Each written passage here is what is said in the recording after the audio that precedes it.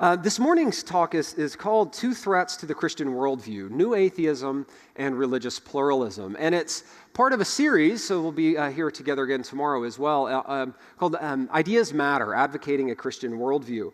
And in some sense, this is a talk that it might be a little bit jarring for some of you. I mean, we just had this amazing time of worship together where we are pouring our heart out. We're open to hearing what God wants to do in and to us, for us, through us. And then now we're going to shift gears, and that might be jarring for some of you, but I actually think that what we're going to do today is an extension of what we were doing earlier. One of the first songs, if you saw me playing on my phone, I wasn't texting anyone. I was taking notes about one of the lyrics. One of the lyrics in the earlier song said, closer and closer we want to know you. And what this series is going to be about today and tomorrow is another way in which we can know God. How maybe a way that's not fully appreciated as it should be. So this morning we were pursuing God with all of our heart and all of our soul, and that's great. We should never stop doing that. But sometimes we don't take as seriously the part of pursuing God with our mind. And so what we're going to do today, I really do see as an extension of how we can come closer and closer, how we can get to know God in a deeper and more meaningful way. And so that's what we are going to do today. But before we begin, I know we've prayed a lot, but it's never hurts to pray a little bit more. So if you would join with me in prayer, I would appreciate it. Dear God, we are so grateful for all of the great and wonderful things that you have done for us. We recognize that you didn't have to do anything for us, yet you saw us in our sin and provided a way of reconciliation. We are so thankful for that. I pray for our time this morning. I pray that you will enable me to explain these ideas in a way that is meaningful and helpful to the students who are here. I pray anything that I say that would detract from their devotion to you, anything that is false or untrue, I just ask by your Spirit they quickly forget those things. At the same time, the things that we discuss, that we talk about, that are true, I pray that your Spirit will just embed those deeply within each individual person so that it can shape and form who they are, so they can be better, more equipped ministers of your gospel. We thank you for being among us. We thank you that that we know that this will be a more productive morning as a result of having asked you to bless it. It's in your Son's name that we pray. Amen. One last quick thing before we get started. We're going to do a lot in a short amount of time, and there's probably going to be questions that you have about all sorts of various things, and that's great. So I'm going to be in the cafeteria at lunch and just hanging out. So if you want to come and chat about any of these things or things that might be related or whatever, feel free. I'll be there. I think Dr. Rosedal and Dr. Magruder will be there with me as well. So come and join us. You can find us amongst all of the fair food somewhere in the cafeteria. So now, unless you've been living under a rock for the last several years, you're probably aware that the Christian worldview is increasingly coming under attack in a variety of different ways. For a while, it seemed like there was a movement in culture where there was a growing acceptance of things that we as Christians take to be wrong or sinful. There was a growing acceptance of things that we took to be hurtful to the Christian worldview. And that certainly hasn't changed. But what has changed is it seems like our society, or this culture in which we find ourselves, has shifted gears a little bit, where it's now not just accepting those kinds of ideas, those kinds of beliefs, those kinds of practices. It's actually promoting them. It's encouraging people to pursue this way of thinking or this way of living that runs contrary to the Christian scriptures. This is why it's not uncommon to see Christian truth claims regularly mocked or made fun of, questioned in all various types of media and even the press. And so we as Christians, we need to think about how do we respond in this sort of environment. I mean, we have, there's a couple of things that we could do. We could simply, kind of wash our hands of culture, of contemporary society, and just retreat back into our own communities, or we can engage that culture. And hopefully you know which one I'm going to advocate. Otherwise, if the retreat option leads to a really short talk, right? That would be done very quickly if that's all we were going to do. So I think we need to learn how do we engage this culture that is increasingly anti-Christian. How do we go about doing that? And one of the things I hope that you start to seriously consider, or if you maybe consider more thoroughly, is that one of the things that's often left out whenever we talk about engaging culture is the importance of engaging the ideas that undergird the hostility to the Christian faith that we see. These ideas, it is ideas that is leading this hostility. And so we need to be ministers of the gospel that cares about people's needs. We need to provide them, be compassionate. We need to provide them with various services, things like that. That's all good. We should do that. But doing that alone never gets to one of the root problems, and that is people have false ideas about Christianity. They have false ideas about what it is that we believe. They have false ideas that run contrary, and it's those ideas that we need to shape. A former professor of mine once said, "The ideas are the rails on which our lives run." And I think it's a great image that what you believe about something will determine how you act in regards to those things. And so whenever we see that there are false ideas, we need to recognize those ideas, call them out for being false, and help people see why they are false and what they should be replaced with. Okay? So that's sort of, broadly speaking, what we're going to do. This morning, we're going to look at two specific threats to the Christian worldview. The first is what comes from a group of people known as the New Atheists. I don't know if this is a title they've given themselves or not, but it's common for people to refer to the New Atheists. Now, as soon as we say new atheists, you're probably thinking, well, who are the old atheists, or what's the difference between the old atheists? And so just to help get clear on who I have in mind here, the older sort of atheists, they've been around for as long as we have recorded history, and they would typically reject Christianity for various reasons. Maybe because of the problem of evil. Maybe they look around at all of the different religious faiths and say, how could you ever know? And there's various reasons they might reject the truth of Christianity.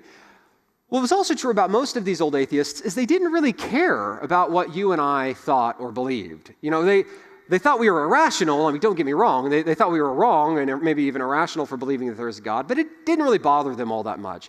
It was only whenever we tried to convert them that they cared what we believed. Now, the new atheists, though, take a different tact.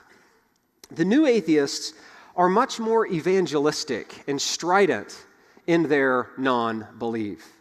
The new atheists don't just think that we're irrational, some even think that it's immoral for us to believe that there is a God. They are much more strident. So in Toronto for a little while, there was a campaign that went through, a bus campaign, where a bunch of these people got a bunch of money together and took out ads to put on the sides of the bus that said, "There probably is no God, so just deal with it and get on with your life." Right? Like they're active. They're encouraging people to give up their belief because they think that religion is so fundamentally problematic. And we'll see some examples of that in just a minute. So now, why do we care about these sorts of people, though? They're out there, but why is that worthy of talking about in a context like this? Well, I think it's because, or one of the reasons I wanted to talk about it was these new atheists are forming a movement. There are lots and lots of other people who are buying in to their way of seeing the world. They're buying into what their sort of method for coming to truths about the world, and it's impacting them. So you're going to have, when you go home for the holiday, you're going to have siblings, family members, neighbors who have probably in some way or another begun to adopt the kinds of things that they are advocating. And you need to be able to recognize it for what it is so you can address it properly. So just to put a bit of context on who these people are, there's a whole bunch of them, but some of the more prominent ones is someone like Richard Dawkins. So I don't know if you've ever heard of Richard Dawkins or not, but he wrote a really popular book called The God Delusion. The last time I checked, it was reported that there were over 2 million copies of it were sold in English alone. It was number 4 on the New York Times bestseller list. It spent 51 weeks on that list overall. Number 2 on Amazon.com's bestsellers list. So it's a very, very popular book. Lots of people were picking this up. So what does Dawkins have to say to us Christians? Well, here's a oft-cited quote from Dawkins. He writes in The God Delusion, "The God of the Old Testament is arguably the most unpleasant character in all fiction. jealous and proud of it, a petty, unjust, unforgiving control freak, a vindictive, bloodthirsty ethnic cleanser, a misogynistic, homophobic, racist, infanticidal, genocidal, filicidal, pestilential, capriciously malevolent bully. Okay. So 51 weeks on the New York Times bestseller list, and that's his description of the God that we just spent 15 minutes pouring our hearts out to. We need to think, we need to know how, when we hear those sorts of things in the coffee shops, in our neighborhoods, how do we respond to them? He also, in another context, and I hope he was kidding, but I don't think he was, he said this, quote, "To label a child Catholic or Protestant or Jewish is always a form of child abuse. Maybe some children need to be protected from indoctrination by their own parents." These are the sorts of ideas that are growing or becoming more common. Take, for example, another person, Sam Harris, in his book called The End of Faith. You know, he's not quite as popular as Dawkins. He was only 33 weeks on the New York Times bestsellers list. But he says in his book, The End of Faith, that every religion preaches the truth of propositions for which no evidence is even conceivable.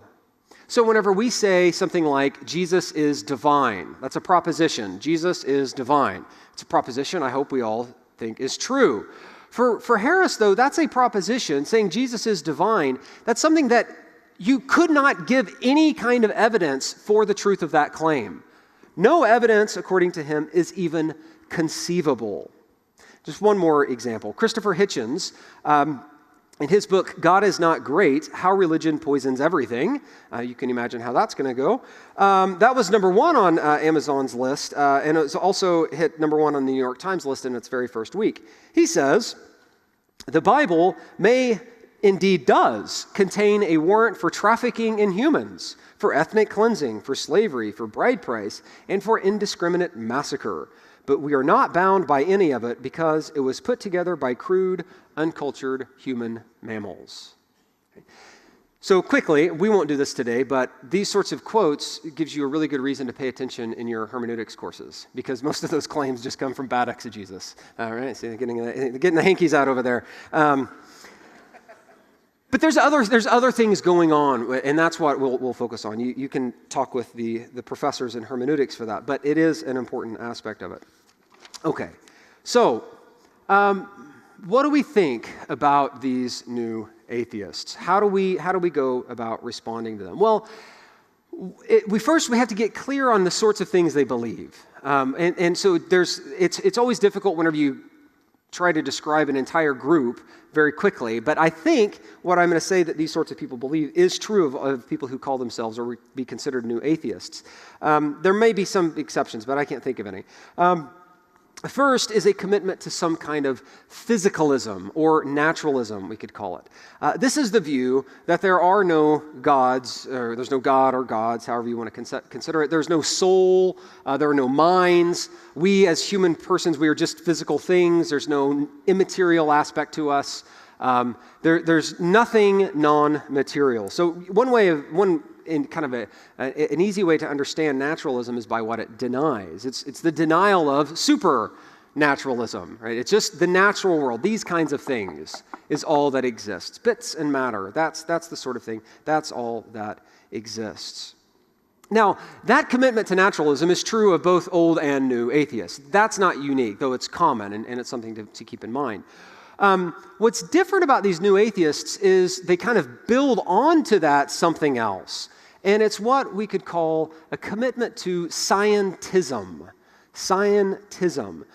This is the view, scientism is the view that only science is capable of revealing truths about the world. If you can't run an experiment on something of some sort, if you can't employ the scientific method, then whatever to determine whether something's true or not, well, it's just really up for grabs. It's only through the sciences, the hard sciences in particular, that we get truth.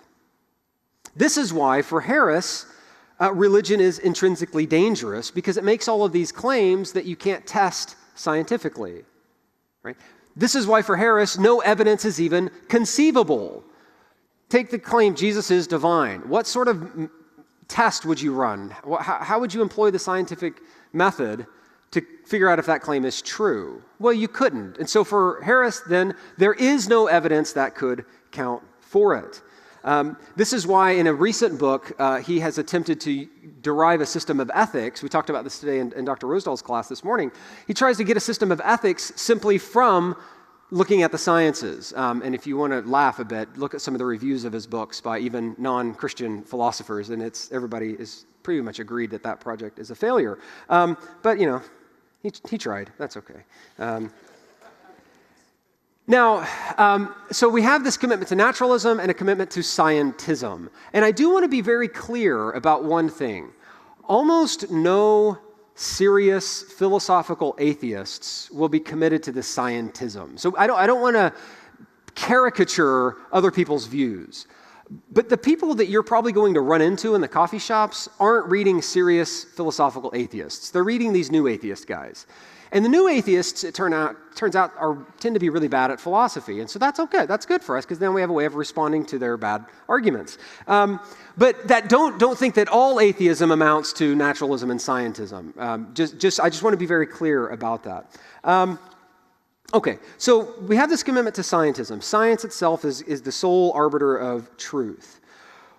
What do we think about that? Well, the first thing I want to note is that there's a good chance that a lot of you, in some way or another, have actually incorporated part of that commitment to scientism into your own worldview.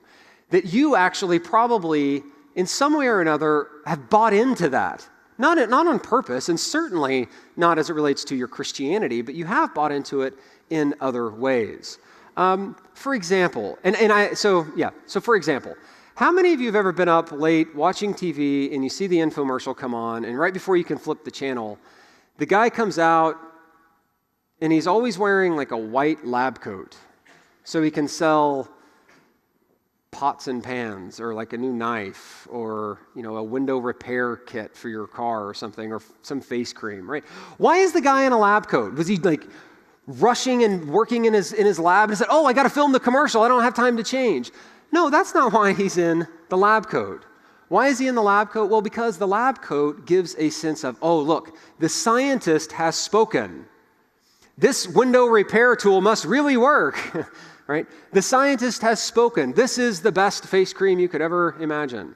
And if that sort of way of reasoning, or that sort of way if that didn't work, advertisers would stop using it. But they just keep doing it more and more and more, because many of us ourselves are inclined to think, oh, well, if somebody in the sciences says it, then it must be true. The same applies in sort of the medical profession as well. And this is why many very committed Christian couples who are expecting a child and find out that there's a good chance the child might have Down syndrome, they will oftentimes really struggle with whether or not they should abort their child. Why? Because more often than not, their doctor is going to say to them, you should just abort this child and try again. And there's this idea, well, there's my doctor in the lab coat, got the diplomas on the wall, what he says or what she says about this must be true. And we can inadvertently allow it to have undue influence in how we evaluate that decision. Right? Now, just as a quick aside, you should note that isn't a medical decision that the doctor is making. It's an ethical one. And going to med school doesn't mean you're good at making ethical decisions. That's just a quick aside. But I know of people who have struggled with this themselves because they see the influence of somebody from the sciences. One more example. In 2012, the Journal of Medical Ethics published an article that advocated for the permissibility of post-birth abortions. That basically is the right to terminate the newly unborn. Now, this rightly generated lots and lots of discussion among both pro-life and pro-choice camps. People were blogging about it and protesting, and all the big furor was created as a result of this article being published. Here's what's important for our context, though. That exact same argument was given by Michael Tooley, who's a philosopher in Colorado, over 40 years ago, and nobody cared.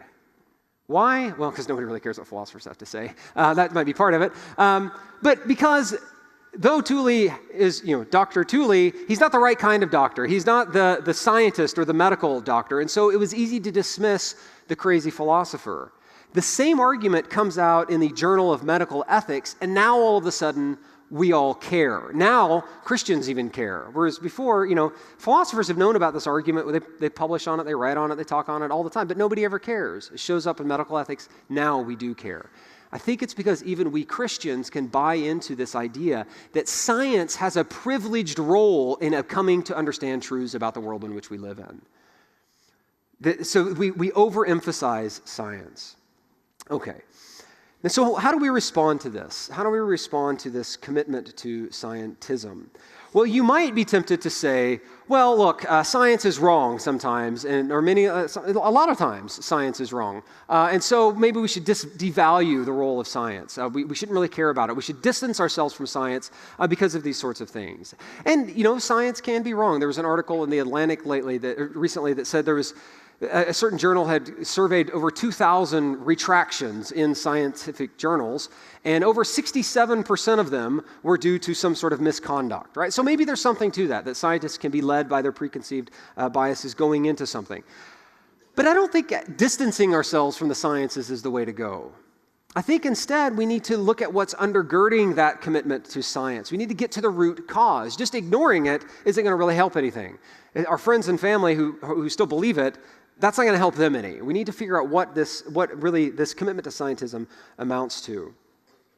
So remember that the operating assumption for those committed to scientism is that only science gets us to truth about the world, right? That's the sort of operating assumption.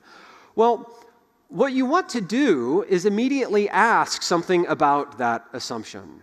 Right? Some of you already know where this is going. It's not overly deep. What we want to ask is that assumption itself something that you get via the sciences?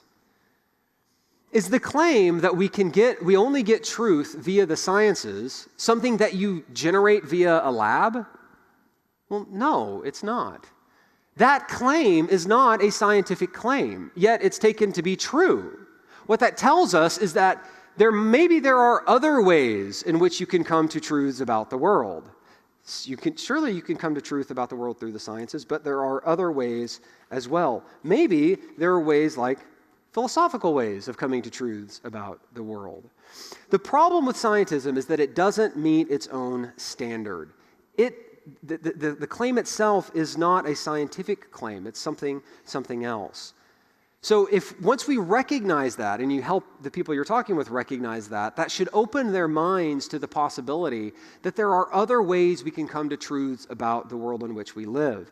So for example, maybe there's philosophical evidence for God's existence. Maybe you have a moral argument for God's existence. Or tomorrow in Dr. Magruder's Apologetics course, we're going to talk about the Kalam argument. Or maybe that's today in Dr. Rosedal's class. I'm getting everything confused. But you have maybe a cosmological argument for God's existence. Maybe there's historical evidence from the reliability of the New Testament to think that Jesus is divine, right? That's not a scientific claim, but maybe you can establish it historically. Maybe you can establish it via testimonial evidence, through the teachings of the church down through history. Or maybe even there is something like experiential evidence. Your own personal relationship with God can count as a type of evidence. Once you open up the realm of evidence to things that aren't simply scientific, now you have the room to begin to having a lot more meaningful discussions about the Christian God that we know and love. Okay, so that's the first sort of claim. The second one, the second threat is kind of a different sort. So the new atheists and their commitment to scientism is sort of a direct attack against Christianity, right?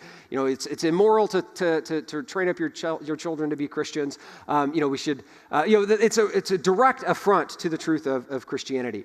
The second claim, however, is a little bit different. It's not really an attempt to directly attack the truth of Christianity. Instead, it serves to sort of undermine the truth of Christianity. This second threat comes from what I call religious pluralism. And this commitment, this society's commitment to religious pluralism is a bit sneakier in how it serves as a threat to Christianity. So quickly though, what I don't mean so sometimes it's helpful to talk about what you don't mean before you talk about what you do mean. When I talk about religious pluralism, I don't mean that the growing number of people leaving Christianity for other religious traditions. That's not what I'm talking about. That's a threat. That's a problem. It's something we should be able and equipped and ready to deal with. But that's not what I mean by religious pluralism. I don't mean just people becoming Muslim or becoming Hindu or something like that. I mean, we can all see that in action, and I mean, that's noticeable, so I don't think I need to spend too much time on that. That's not what I mean. I also don't mean that in rejecting religious pluralism that we shouldn't care about how to live in a pluralistic society. It's just true that in a society like this, there's a lot of people from a lot of different religious traditions. That's just true.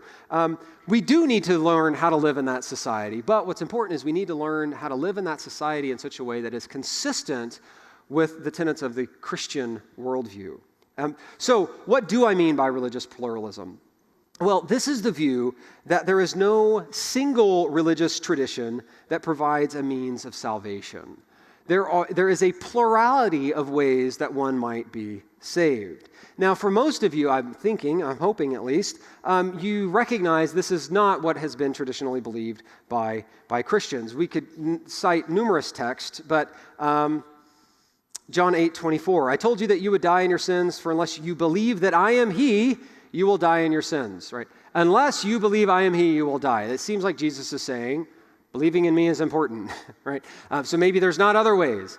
In Acts, we see something similar, right? Acts 4:12, we'll just start at 12 for the sake of time. And there is salvation in no one else, for there is no other name under heaven among men by which we must be saved. That seems pretty clear, right? There's no other name by which we must be saved. So it seems like the traditional Christian teaching is clear. How are we saved? Through Jesus alone.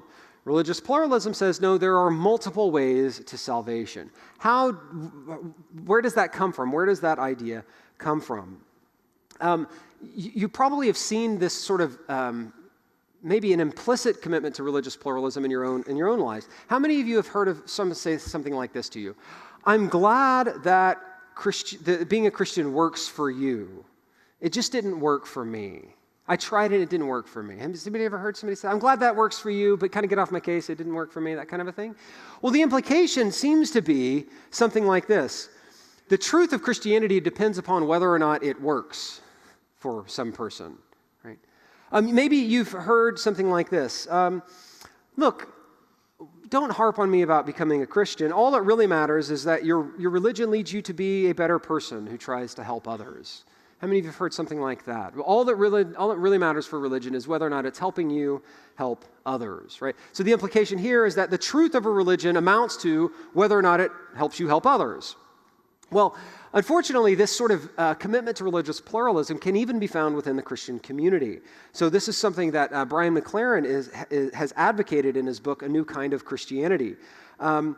There he says, look, it's not about, God doesn't care about us having the right beliefs about Jesus or the Trinity, etc. He doesn't care about that. What he cares about is how you treat others. That's what God cares about. So in describing the final judgment, what happens in the final judgment, here's what McLaren says. He says, quote, God will examine the story of our lives for signs of Christ-likeness, for a cup of cold water or a plate of hot food given to one in need, for an atom of mercy shown to one who has been unkind or unthoughtful, for a visit to a prisoner or an open door and a warm bed for a stranger, for a generous impulse indulged and a hurtful one denied, like Jesus.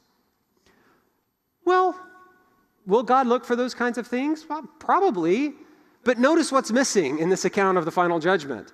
There's nothing about forgiveness or atonement or redemption or sin. That seems to be an important part of the Christian worldview. But McLaren ignores that to focus on how we treat one another.